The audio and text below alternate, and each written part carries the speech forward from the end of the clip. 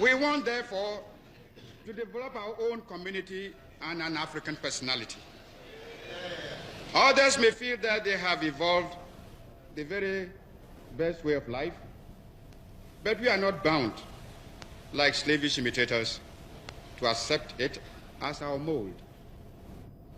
If we find the methods used by others are suitable to our social environment, we shall adopt or adapt them. If we find them unsuitable, we shall reject them. Ladies and gentlemen, we live in a world of contradictions. These contradictions, however, keep the world going. Let me explain what I mean. Ghana is a small but very dynamic, independent African state. We are trying to reconstruct our economy and to build a new, free and equal society. To do this, we must attain control of our own economic and political destinies. Only thus can we create higher living standards for our people and free them from the legacies and hazards of a colonial past and from the encroachments of neo-colonialism. Don't let us also forget that colonialism and imperialism may come to us yet in a different guise, not necessarily from Europe. We must alert ourselves to be able to recognize this when it rears its head and prepare ourselves to fight against it. Friends and countrymen, the Volta River Project is a concrete symbol of the type of international cooperation which can, to quote my friend Edgar Kaiser, help to forge world peace. It is perhaps the greatest tragedy of today's world that billions of dollars, rubles and pounds should be spent every year on military armaments and on wars. If the money wasted on wars and war preparations were invested in projects like the ones spread before us now, these enormous capital funds could revolutionize the economies not only of the developing world, but also of the developed countries. Mr. Chairman, it is vital to emphasize this problem of disarmament, and I suggest that this conference should call upon the powers of the world to disarm. They must disarm in order to ensure that they are unable to strike against each other. And Mr. Chairman, from this conference, let us give them a positive maxim. If you want peace, stop preparing for war. Why peace, peace, and yet there is no peace? At long last, the battle has ended.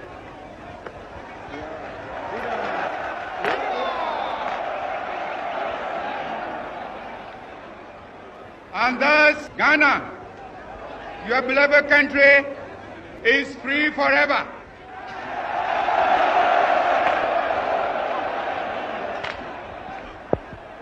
And here again, I want to take the opportunity to thank the chiefs and people of this country, the youth, the farmers, the women, who have so nobly fought and won this battle.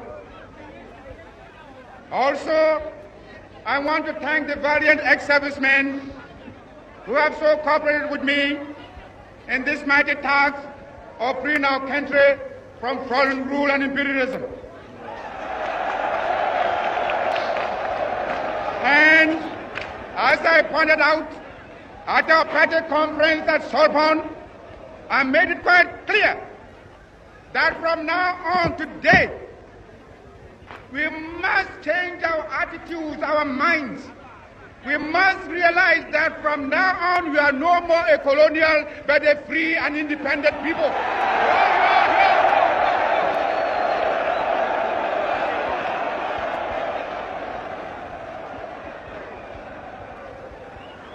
But also, as I pointed out, that also entails hard work.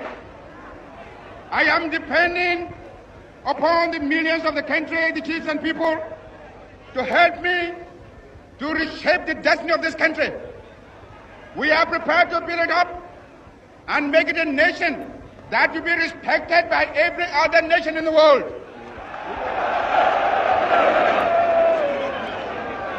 We know we are going to have difficult beginnings, but again, I'm relying upon your support.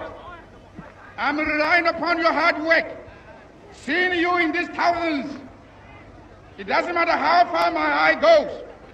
I can see that you are here in your millions.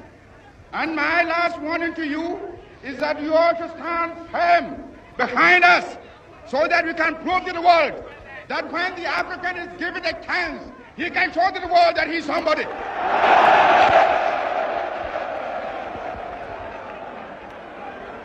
We are waking.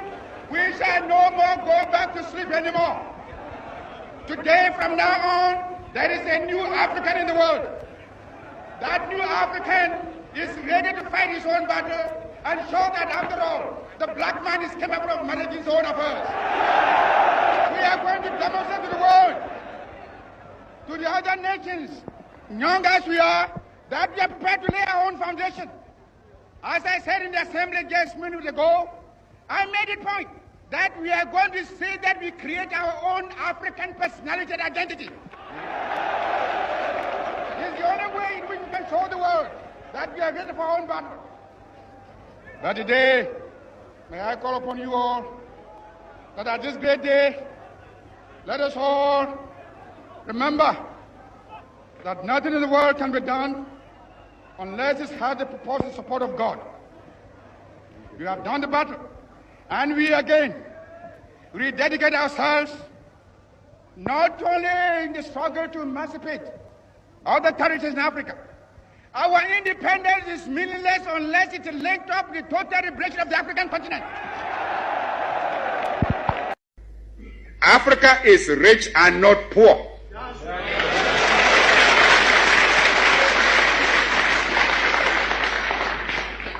As the great wealth that has been taken out of our continent over 5 centuries of spoliation and extortion very well proves.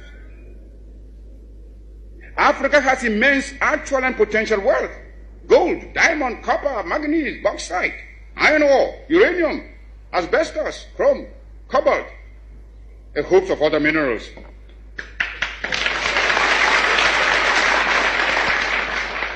Our essential agricultural produce have all been drained away by colonialist imperialism. Africa is far from being poor.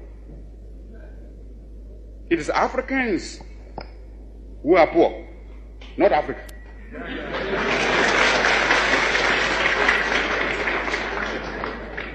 And they are poor because of the uncounted profit that has been made out of the exploitation of their labor and their lands. The forces arrayed against us are, and I use the word most carefully, formidable. They are entrenched and powerful. They are, as I have taken some pains to explain, the forces of imperialism acting through their instruments, neocolonialism and colonialism, ably assisted by the agents of the Cold War. They operate in worldwide combinations at all levels: political, economic, military, cultural, educational, social, and trade.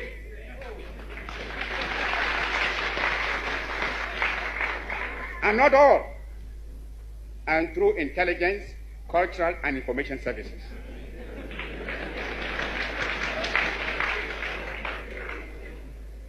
They operate from European and African centers, using agents who, I'm ashamed to say, are often unpatriotic sons of Africa, buying personal satisfactions with the betrayal of their country's safety and integrity. They seduce leaders. They seduce leaders of the African political, trade union, and people's organization, thus creating rifts and quarrels within the national front. On the broader front, they are amassing their forces in a determined effort to stay the advance of African liberation and the march of unity. We should, without delay, aim at the creation of a joint African military command. There is little wisdom in our present separate effort to build up and maintain defense forces, which, in any case, would be ineffective in a major world conflict. If we examine this problem realistically, we would ask, which single African state could protect itself against an imperialist aggressor? And how much more difficult this would be when some states are allowing the imperialists to maintain bases on their territories. Only our unity can provide us with anything like adequate protection. If we do not unite and combine our military forces, South Africa, along with her allies or any other colonialist imperialist power, can pick us off one by one. Not only that, some of us, out of a sense of insecurity, may be drawn into making defense pacts with imperialists, which will endanger the security of us all. Regional associations and territorial groupings can only be other forms of balkanization unless they are conceived within the framework of a continental union. There are existing models which we can modify or adapt to our pattern. The United States of America, the Soviet Union, India and China have proved the efficacy of unions embracing large stretches of land and population.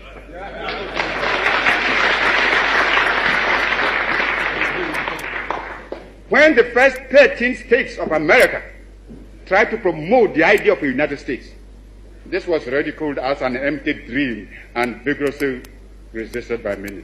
Today, America is the foremost industrial country in the world, and the states within her union number 50 states. And who would have thought that almost 100 different peoples of various levels of economic, social, and political development could have been welded into the major state which the Soviet Union has become in such space of time.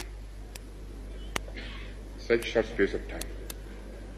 For example, the example of Europe, which is left in confusion after centuries of mutually destructive economic warfare and competition, because it failed to build a sound foundation for common political action and understanding, should be a lesson for us all.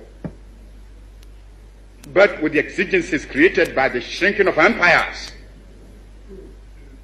the growing socialist world, and the need generated by the greater productive capacities inherent in present-day techniques, even Europe is now beginning to seek its common association.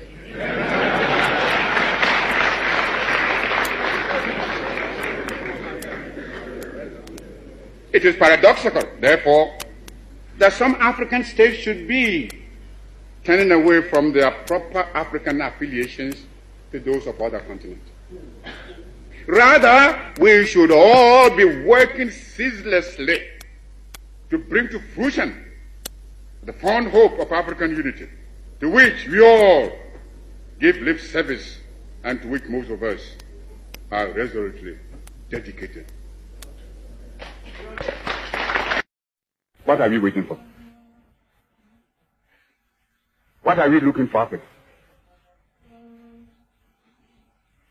Are we looking for mere charters conceived in the light of the United Nations example? A type of United Nations organization whose decisions are framed on the basis of resolutions that in our experience have sometimes been ignored by member states, where groupings are formed and pressure developed in accordance with the interests of the groups concerned? Or is it intended that Africa should be turned into a loose organization of states on the model of the organization of the American states, in which the weaker states within it can be at the mercy of the stronger or more powerful ones politically and economically, and all at the mercy of some powerful outside nation or group of nations? Your Excellencies, is this the kind of association we want for ourselves in the United Africa we all speak of with such feeling and emotion? Your Excellencies, permit me to ask, is this the kind of framework we desire for a united Africa? An arrangement which in future would permit Ghana or Nigeria or the Sudan or Liberia or Egypt or Ethiopia, for example, to use pressure with either superior economic or political influence gives to decide the flow and direction of trade, say from Burundi or Togo or Nyasaland to Mozambique and Madagascar. We all want a united Africa. United not only in our concept of what unity connotes, but united in our common desire to move forward together in dealing with all the problems that can best be solved only on a continental basis.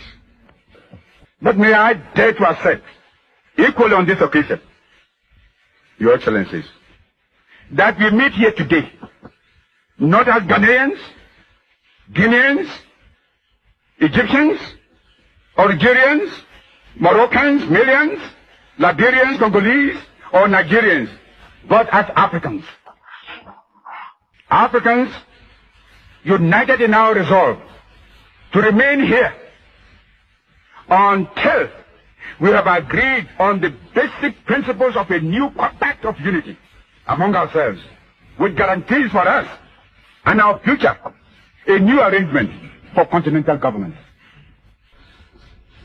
If we fail and let this grand and historic opportunity slip by, then we shall give way to greater dissension and division among us, for which the people, the masses of the people of Africa, will never forgive us. And the popular and progressive forces and movements within Africa will condemn it, surely. I'm sure, therefore, that we shall not fail them. This mid-20th century is Africa's. This decade is the decade of African independence. Forward then to independence. To independence now.